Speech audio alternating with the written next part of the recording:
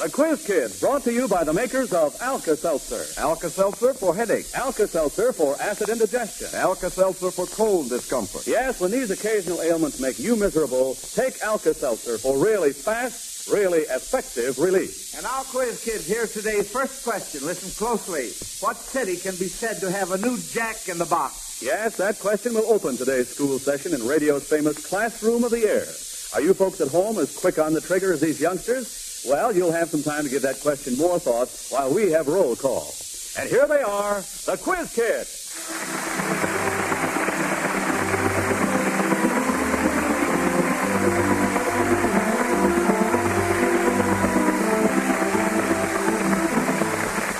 And now meet the man who asks the questions and who is never at a loss for an answer, unless he happens to lose one of his cards, our genial chief quizzer himself, Joe Kelly.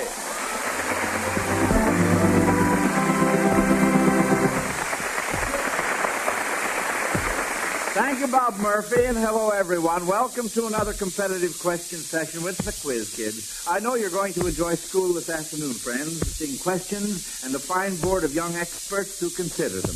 A special feature of our program today will be a unique mathematical race. A race between two mechanical devices and a human being. On the mechanical side, we have a modern adding machine and an ancient calculator, a Chinese abacus. On the human side, we have our own quiz kid, Joe Copperman. But more about that later. Now then, ready for roll call, youngsters. Here we go. Jack? I am Jack Rooney. I'm 15 years old and a junior at Loyola Academy in Chicago. Lonnie? I'm Lonnie Lundy. I'm 12 years old and in 7th grade at Lincoln School in Park Ridge, Illinois. Joe? I'm Joe Kupperman. I'm 11 years old in Departmental Novolta School. David? I'm David Frost. I'm 11 years old in 8A at the Burn School, Chicago. And a new quiz kid, a runner-up in the recent Quiz Kids contest conducted by Lions International, Nancy. I'm Nancy McClary. I'm 12 years old and in 6th grade at Crystal Lake Junior High School, Crystal Lake, Illinois. Well, do you have the answer to that first question, kids, from Miss Dorothy Hunt of Buffalo, New York? What city can be said to have a new Jack in the Box? We have one hand up, and that hand belongs to Lonnie. All right, Lonnie. Well, I have several answers. I don't suppose any of them are too good, but well, let's start out. Chicago, for one thing, for in the Chicago Cubs, you could have like the batter's box or the pitcher's box. So you're on the right track. I will say that. And can you mention names? Well, if there's anyone whose first name begins with Jack, that's a rookie or something. It's not necessarily a rookie, but any Jack. Yes, that's true. That's true. Well, how about the Chicago White Sox? Can you think of a new Jack in the Box? Well, there's not. This isn't a new one, but there's Jack Wallacey. There's a shortstop. Well, we're speaking in terms of new. So, Joe, what were you going to say? You had to. Well, I was going to say Wallace, too. Oh, you were, eh? Well, all right, Joe. It could be St. Louis, though, because they have a new manager, and, of course, his first name is really Jack instead of Jack, but he could say it would be St. Louis. You mean he slide over really as Jack like that? No, I'm afraid I can't accept that as you give up on it. Well, I'll tell you, Lonnie was very warm in thinking of the Chicago White Sox. John Perkovich, a new White Sox pitcher who came up from Waterloo, from the Waterloo team. That would have been a very good answer. And also Jack Kramer, new pitcher for the Red Sox. That would be, the city would be Boston, naturally. So those were a couple of answers. There's 3 or 4 more. Well, I guess we'll have to call that one wrong, quiz kids. And Dorothy Hunt of Buffalo, New York, our miss is your game. Alka-Seltzer will send you the magnificent 239.50 Zenith radio phonograph combination immediately. As you know, this fine set is complete in every way. It has the automatic record changer, the new Cobra tone arm, 2 FM bands, and it's a real beauty. That's always Alka-Seltzer's reward when the quiz kids miss your question. When they answer correctly, you get one of those dandy Zenith transoceanic standard shortwave portable radios in a handsome luggage case, the most outstanding in its field today. You'll be proud of either fine Zenith radio, so get your questions in, friends. Simply send them to Quiz Kids, Chicago. Well, let's see what we can do on the next question. Matthew J. Muscle of New York City bases his question on the idea that during World War II, military plans were often described in code, such as Operation Torch or Operation Husky. Now, if code words were used in the Revolutionary and Civil Wars, what military operations might the following refer to? First, Operation 60 Seconds. Operation 60 Seconds. Joel? The Minutemen. The Minutemen at Lexington and Concord. That's right. In the Revolutionary War. How about Operation Cumulus? Operation Cumulus. No hands. You give up on that one? Well, that could be, not only could be, but would be the battle above the clouds at Chattanooga, also called the Battle of Lookout Mountain. That was part of the Battle of Chattanooga. Well, you missed the second part, so you can get the third. Operation Rowboat. Jack. Would that be them sailing out in the harbor to block the harbor by sinking that ship, or George Washington crossing the Delaware? Which one do you think it would be? I think it'd be either. Well, let's see. They both use rowboats. We're talking in terms of rowboats. Nancy? George Washington crossing George the Delaware. Washington, that's right, when he crossed the Delaware and surprised the British Army at Trenton. Well, you missed one of those, and that means that we didn't make enough points on that one. So Matthew J. Muscle of New York City wins a big 239.50 Zenith radio phonograph combination from the makers of Alka-Seltzer. Wilbur Holmes of Philadelphia, Pennsylvania, says that he's a true nature lover, and he's especially interested in insects. He wants you to suppose that the insect world is run the same as ours. In that case, if you were a periodical cicada, would you ever be old enough to drive an automobile in the state of Illinois? Lonnie? Well, a cicada is a moth. It's a what? A moth, I believe, or a butterfly. Not sure which one. Well, now, wait a minute. No, a cicada's a 7-year locust. It's, how many years, locust? Well, it's some kind of a locust, but it wouldn't last 21 years. Well, now, let's see. We've got some more hands up here. It wouldn't last 21 years, I'm sure of that. Well, now, maybe we can clear this up. David? Well, it's a 17-year locust. That's what it is. I wouldn't know how old it has to be to get a driver's license. You wouldn't? Well, all right. We have more hands here now. We're really getting places. Jack? Well, you can get a driver's license in the state of Illinois at the age of 15 and a real driver's license at the age of 16 until you'd be old enough. Well, at the age of 16, you say. At the age of 15, you can get a driver's license that'll permit you to drive with your parents' That's a permission. temporary, yeah. Temporary driver's license. But a permanent license, you have to be 21. The boy has to be 21, and the girl has to be 18. All right, well, now, suppose that you're a very sociable insect, and you would like all the other insects to gather at your house. What color of light bulb would you keep on your front porch? David? Blue. Blue is absolutely right. That's correct, because the blue bulb really attracts all of the insects, whereas the white and the other colored bulbs do not as much as the blue. Well, let's try this question from Mrs. P.J. Reed of Portland, Oregon. Quite a number of people have been named for George Washington, but which United States president was named for another unrelated president? Which United States president was named for another unrelated president? You give up? Jack? No. No? Hand up, hand down. All right. President Andrew Johnson was christened Andrew Jackson Johnson. How is that clear? Oh, I'm so glad I had that answer on my card there. Before we have the next question, here's Bob Murphy. You know, friends, Monday morning can certainly take on a deep bluish cast if you wake up with a headache as a result of irregular weekend hours or perhaps late Sunday night refreshment. But remember, you don't have to suffer along with that headache trying to chalk up some kind of an endurance record. That is, you don't have to if you have Alka-Seltzer handy. A tablet or two dissolved in a glass of water will give you a sparkling, effervescent solution that can help that headache become a thing of the past, and in a hurry, too. Yes, you can rely on Alka-Seltzer to give you fast, effective relief because it contains a dependable pain-relieving analgesic already dissolved when you drink it, and therefore right ready to go to work on your headache discomfort. You'll be amazed how soon you begin to feel better. So tomorrow morning, or any time a headache threatens to interfere with your work or pleasure, get the fast relief you want by taking Alka-Seltzer. Check on your Alka-Seltzer supply right now. And if those tablets are down to 4, see your druggist for some more. And buy an extra package, too. That's the wisest thing to do.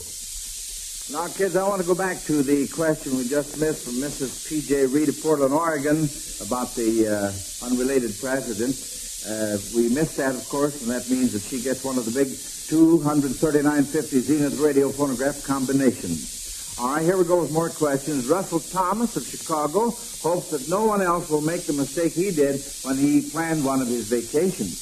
He picked out a famous railroad whose popular name was the same as his destination, and then found out that the train did not go through that town at all. Do you know where he was trying to go, Jack? Santa Fe. Santa Fe, that's The right. Chesterton, Topeka, and the Santa Fe doesn't go through Santa Fe. Santa Fe, New Mexico. That's right. Good boy, Jack.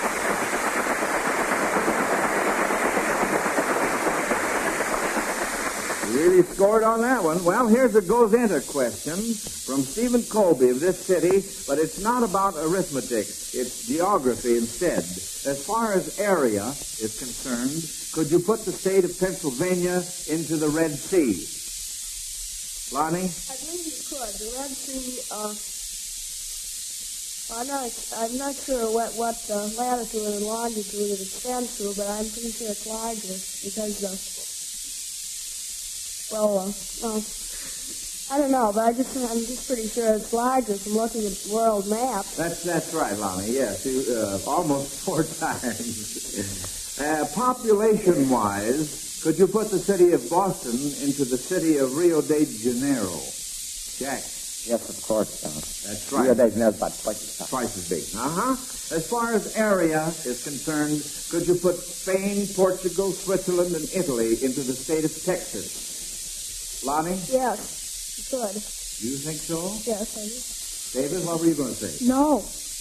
Why do you say that?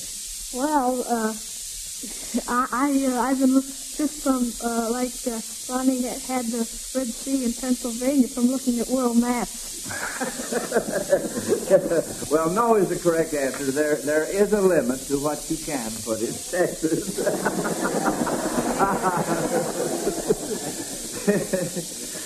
For this etiquette question from W.D. Weaver of Chicago, you are to decide what the proper thing is to say in certain situations. For each situation, Howard Peterson will play a song whose title should or should not be the proper remark to make to your hostess. First, if you were at a formal dinner party, would it be polite for you to say this to your hostess?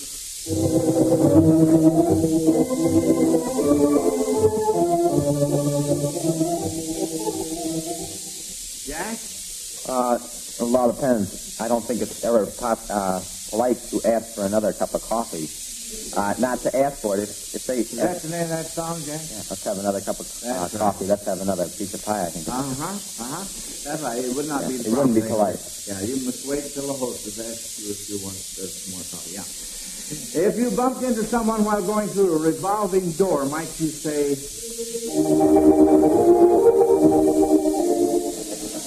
Look at the hands go up. Lonnie's first. That beg your pardon, and that certainly would be correct to say. It certainly would, yes. If you took Mary out on a date, would it be polite to say...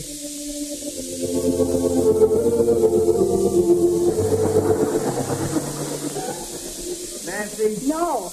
What's the name of that? Eugenie with the light brown hair. Mary wouldn't like that, would she? I don't think so. No, sir. Mrs. A.E. Bennett of Portland, Maine says that when she was in school, she used to paste pictures on maps to indicate products of various parts of the country or important events that took place there. Now, if you kids were studying biblical maps of Palestine and Egypt, at what cities would you paste these pictures? First, where would you paste a pillar of salt? Jack? Oh, that city, Lot's city of... What's the name of it, Jack? I knew when I started. Can't you think of it? No, I can't. All right, Joel? Sodom. Sodom, that's right. That's where Lot's wife was turned into a pillar of salt. Where would you put a picture of a burning bush? Where would you put a picture of a burning bush? Joel? I believe that'd be somewhere in the south of Palestine, but I don't know exactly where. You don't know where, Jack? Maybe Mount Sinai? Mount Sinai, that's right. Uh-huh.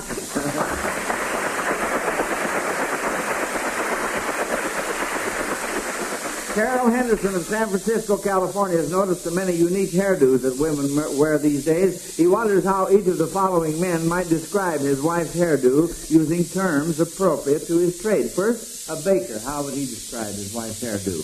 A baker. Lonnie? Well, I don't like that bun. I don't like that bun. I see hair done up in buns. Uh-huh. And Jack? They're light and fluffy and brown. Light and fluffy and brown. Yeah.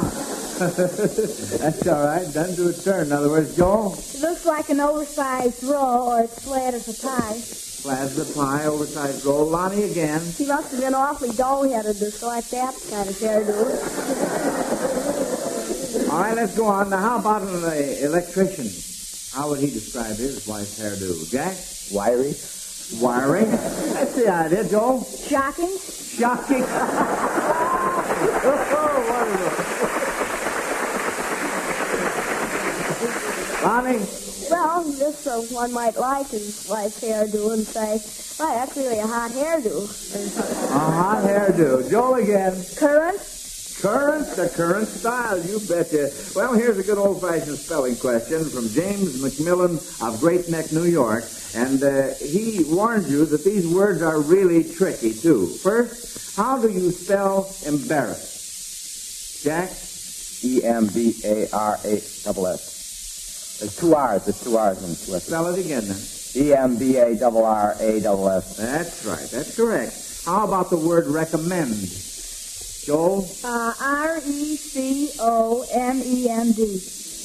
No, that's wrong. Lonnie? That's R-E-C-O-M-M-E-N-D. That's right, two N's. Uh-huh. Here's one I always get mixed up on. How do you spell occurred? Jack? O-double-C-U-double-R-E-D. That's right, absolutely. Uh-huh.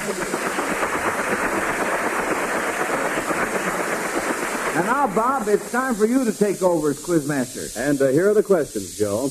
Why do so many thousands keep Alka-Seltzer in their homes and never think of being without it? Well, first, Mr. Murphy, I always want Alka-Seltzer handy for headaches. When the children have been unusually noisy and I'm trying to get dinner for company, and everything seems to go wrong. Well, if a headache comes along, too, I certainly want the wonderful relief I get from Alka-Seltzer. Yes, that's a good reason. And when my husband comes home feeling upset with acid indigestion, I just tell him, be wise, alkalize with Alka-Seltzer. Go on. And when springtime gardening or house cleaning causes muscular aches and pains, good old Alka-Seltzer comes to the rescue. And how about cold? Why, of course we use Alka-Seltzer for relief of the achiness and the feverish feeling of a cold, too. Honestly, Alka-Seltzer is so good for so many of our everyday ailments. I not only wouldn't think of ever being without it, I always buy 2 packages instead of 1. Now, there's a woman who knows her Alka-Seltzer. Yes, friends, never be without Alka-Seltzer in your home.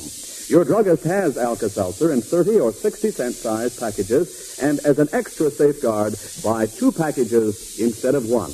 And always keep an extra package handy. It's good advice, and if you heed it, you'll have Alka-Seltzer when you need it. Now then, we're ready for that big race I told you about, and I might say this promises to be the most unique race of the century. The idea was suggested by Marion Lessler of Los Angeles, California, when she heard Joel do some rapid adding when in competition with the Board of University of Chicago graduates not long ago. She decided she wanted to settle the question once and for all as to which is fastest. A Chinese abacus, a modern adding machine, or quiz kid Joel Kupperman. And so now we're ready for the test.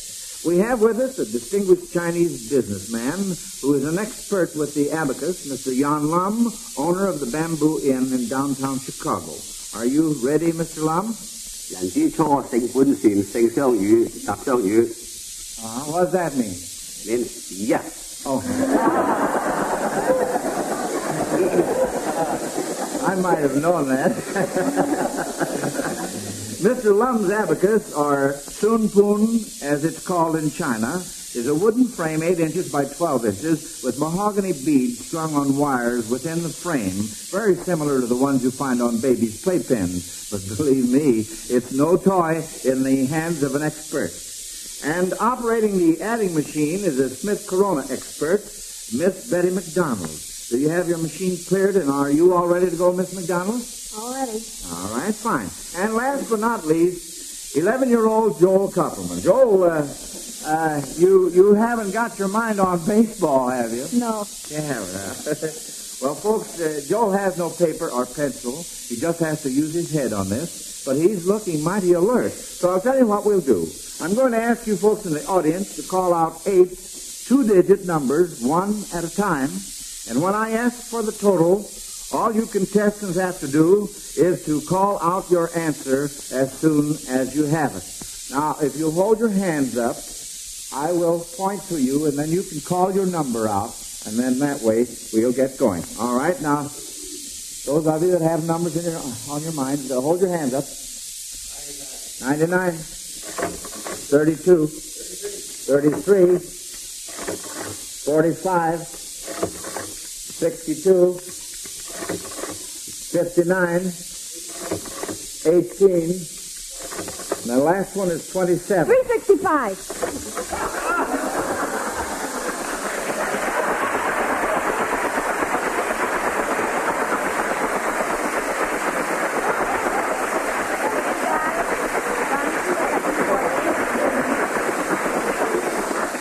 All right, now, so far, so good, but let's check now. Let's check on accuracy. Mr. Lum, did you call out? Yes. You did. What? 386. You say 386. That's on the Chinese abacus. And Miss McDonald? 348. All right, now, wait a minute. We have the judges. They took the numbers down, and they're totaling up the numbers as they were called out. Well, the judges get 375.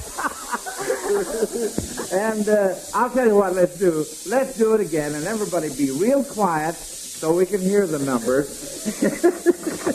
That's really funny. Everybody wrong, yes, sir. All right, now get started. Here we go again. I'll point to you. You call out the number. 77. Oh, wait a minute. We got two there right together. What? 63,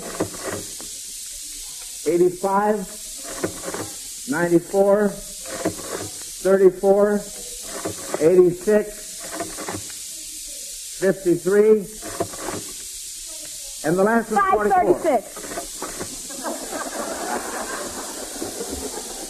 536, did you say, Joel?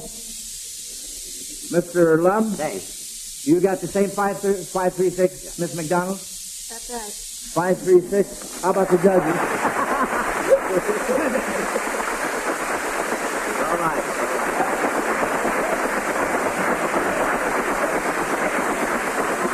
Well, congratulations, Joel. Incidentally, we clocked the answers, and you gave yours in 1 1/110 seconds after I gave the last number. That's pretty fast, isn't it, huh? You betcha. Thank you, Miss McDonald, and thank you, Mr. Lum. Nice to have you with us this afternoon. Now, this question here is from Phyllis Colber of Chicago, Illinois. If you wanted to start a collection of jewelry, but could collect only items mentioned in book or movie titles, what jewelry could you find? Book or movie titles. David? Well, I could suggest a color, Forever Amber. Well, Forever Amber, that could be jewelry set in a mounting, stone, and that's all right. Lonnie? There's an opera, Jewels of the Madonna. That could be considered a book, to play. And, of course, that'd be Well, and that's all right, huh? That's all right. And Joel? Well, I believe there's a story, Golden Earrings. Golden Earrings. Well, yes, that's right. It's also a movie. Mm-hmm. Can you think of any more? All right, we get along to the next question. Mr. E.C. Edmonds of Benton Harbor, Michigan says he can prove that a cat has 3 tails. See if you kids can find the fallacy in his argument. He says, you will admit that no cat has two tails. One cat has one more tail than no cat. Therefore, a cat has three tails. Joel? Well, no cat has two tails. That doesn't mean a cat that doesn't exist has two tails. That means any cat doesn't have two tails. So therefore, it's a fallacy in the way the sentence is put. Yes, there's a confusion of terms there, isn't there? Jack?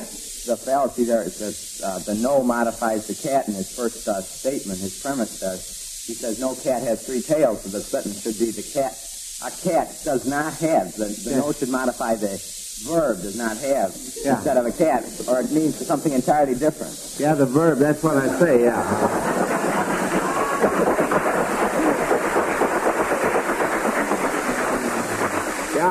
That certainly got in there that way. Mrs. F.W. Selby of Elgin, Illinois, points out that in olden days, kings were given nicknames that described their physical characteristics or traits, such as Henry the Lame or Richard the Lion-Hearted. Now, suppose that our presidents were nicknamed in this fashion. What president might correspond to the following kings? The first one is Charles the Fat.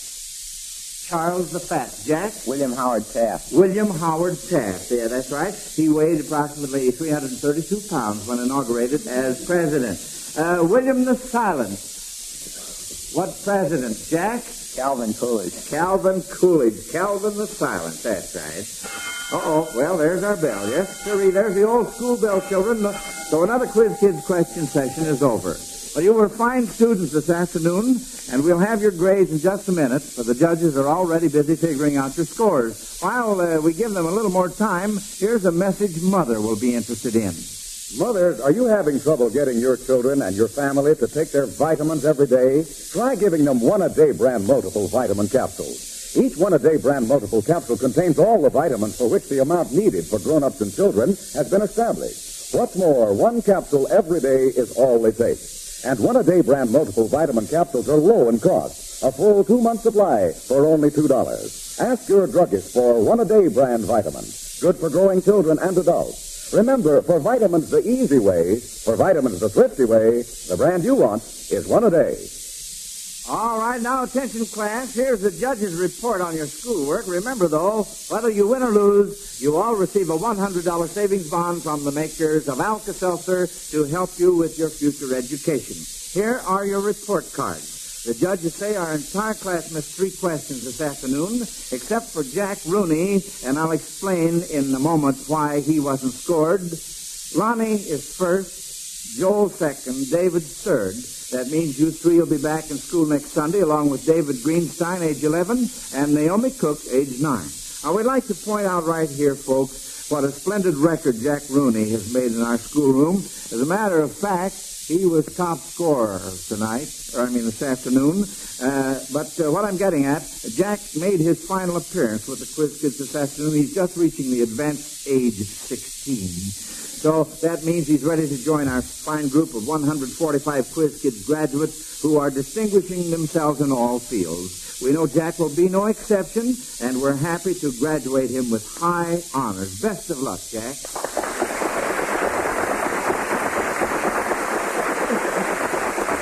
And now, until next Sunday at this same time, when we hope all you listeners will plan to attend school, this is Joe Kelly dismissing the Quiz Kids. Goodbye, kids. Bye-bye, Mr. Kelly.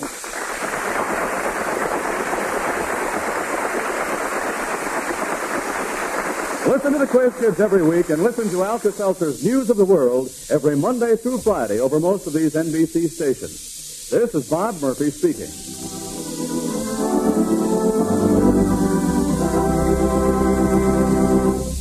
This is NBC, the national broadcasting company.